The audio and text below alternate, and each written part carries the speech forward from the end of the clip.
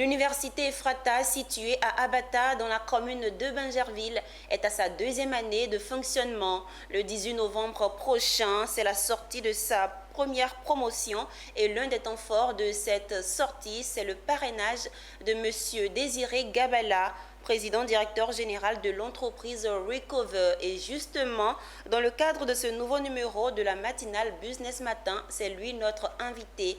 Bienvenue, M. Désiré Gabala. Merci de m'avoir invité. Alors, M. Désiré Gabala, pour la sortie de sa première promotion, l'université Ephrata vous a choisi comme parrain. Dites-nous, qui est M. Désiré Gabala? Alors, M. Désiré Gabala est un dirigeant d'entreprise, industriel et investisseur. Je suis ivoirien, marié et père de 5 enfants. J'ai fait une partie de mes études en Côte d'Ivoire, notamment au lycée des garçons de Bingerville et au lycée de Yamoussoukro. Ensuite, ça a été la France pour le bac et mes classes prépa.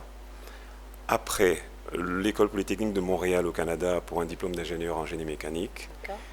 Et pour finir, l'école des hautes études commerciales à Paris, HEC, pour un diplôme en audit, conseil et expertise. Je suis en ce moment président, directeur général d'un cabinet de conseil qui s'appelle Recover. Et justement, parlons de cette entreprise. Quelle présentation? Alors, Recover, c'est un cabinet de conseil qui existe depuis maintenant 8 ans. Nous avons 3 activités principales. La première, c'est du conseil en stratégie classique, l'accompagnement des entreprises quand elles veulent s'installer en Côte d'Ivoire, pour leur développement, pour leur restructuration, en réalité pour leur transformation dans un environnement qui est en perpétuelle mutation. La deuxième activité, c'est le conseil financier. Ce que nous faisons, c'est que nous accompagnons les entreprises dans leurs relations avec les banques et les institutions financières quand elles ont besoin de lever des fonds pour de l'equity ou pour de l'investissement. Nous travaillons également sur des financements structurés, sur des acquisitions et sur des fusions quand c'est nécessaire. Et pour finir, nous avons un troisième axe qui est donc les partenariats publics-privés. Donc nous faisons l'intermédiaire entre le public et le privé, donc apporter l'expertise du privé au public. Et voilà. Merci beaucoup. Je vous en prie. Alors, dites-nous pourquoi avoir accepté de parrainer les festivités de la première promotion de l'université Ephrata? Alors, en principe, il aurait fallu poser la question au président de l'université, mais ne vous inquiétez pas, je vais vous le répondre. Ce que j'ai compris des dirigeants de cette université, c'est qu'ils cherchaient un Ivoirien dont le parcours académique pouvait inspirer les jeunes de cette première promotion, et également une personne dont le parcours professionnel pouvait susciter un certain nombre d'interrogations sur la façon de trouver un emploi, les conseils pratiques. Ils ont frappé à la bonne porte. Écoutez, j'espère. En tout cas, je ferai de mon mieux pour leur donner les conseils nécessaires pour développer leur carrière. Alors, quels conseils, dites-nous, vous avez pour la jeunesse estudiantine? Écoutez, je crois que je vais commencer par une chose qui est très simple. Je vais leur donner 3-4 clés importantes pour leur développement professionnel. Donc, je pense qu'une des premières clés, c'est la vision. On leur demande aujourd'hui de savoir de plus en plus tôt ce qu'ils veulent faire. Donc, ils ont vraiment intérêt à le déterminer, à savoir ce dans quoi ils sont le plus à l'aise, ce qu'ils ont vraiment envie de faire pour justement le développement de leur carrière. Donc, cette vision, il faut qu'ils l'établissent à plus ou moins long terme. Moi, je dirais dans un environnement de 10 à 15 ans. Mais une fois qu'ils ont une vision, l'autre clé, c'est un plan.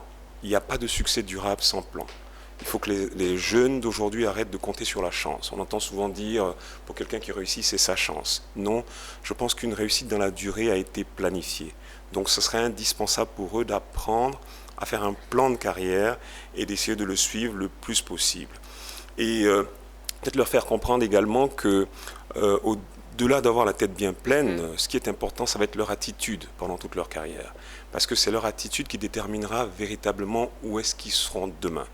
On a tendance à dire que plus que leurs aptitudes, c'est leur attitude qui déterminera leur altitude. Et donc de ce point de vue, ce dont on peut parler dans un premier temps, ça va être le travail. Le travail et l'action. Donc prenez votre vie en main, travaillez, travaillez, travaillez. Je leur dirais, travaillez sans cesse. Travaillez jusqu'à ce que vous deveniez le meilleur dans ce que vous faites.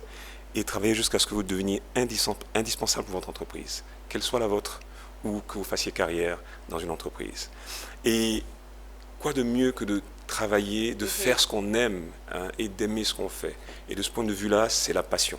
comme autre clé que je veux leur communiquer, il faut travailler de façon passionnée. Il faut aimer ce qu'on fait parce que l'épanouissement émane justement de cette capacité, à apprécier ce qu'on fait. Voilà. Et donc la passion, c'est quelque chose de formidable parce qu'une fois de plus, je considère qu'il n'y a pas de succès, de grand succès sans passion. Et c'est vrai qu'ils ont beaucoup d'énergie à leur âge, ils sont entre 20 et 25 ans.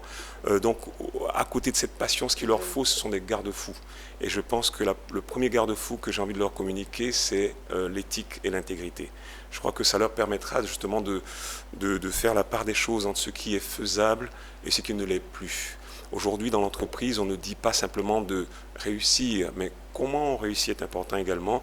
Et je crois que si nos jeunes d'aujourd'hui sont dans un environnement éthique, je pense qu'ils feront tache d'huile sur les plus jeunes et le pays n'en s'en portera que mieux. Et puis pour finir, je vais leur parler de solidarité. Parce que nous sommes dans un environnement où la solidarité est nécessaire.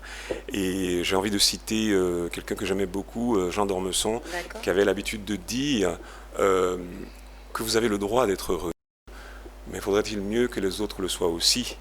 Et il rajoutait qu'il avait un mépris absolu pour les gens qui sont indulgents avec eux-mêmes, mais cruels avec les autres.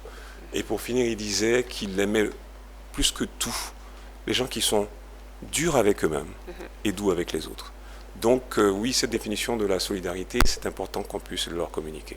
Voilà en gros ce que je leur dirais. En tout cas, merci beaucoup pour ces conseils très très bénéfiques. Vision, passion, solidarité, entre autres. Alors, qu'est-ce que vous avez envie de dire aux responsables même de l'université? De ce que j'ai compris, c'est que c'est une idée qui vient de loin. Alors évidemment, il faut persévérer. Je sais que c'est pas évident. Je l'ai visité cette université. Ce qui m'a plu, c'est l'idée qu'ils ont de ce qu'ils veulent en faire.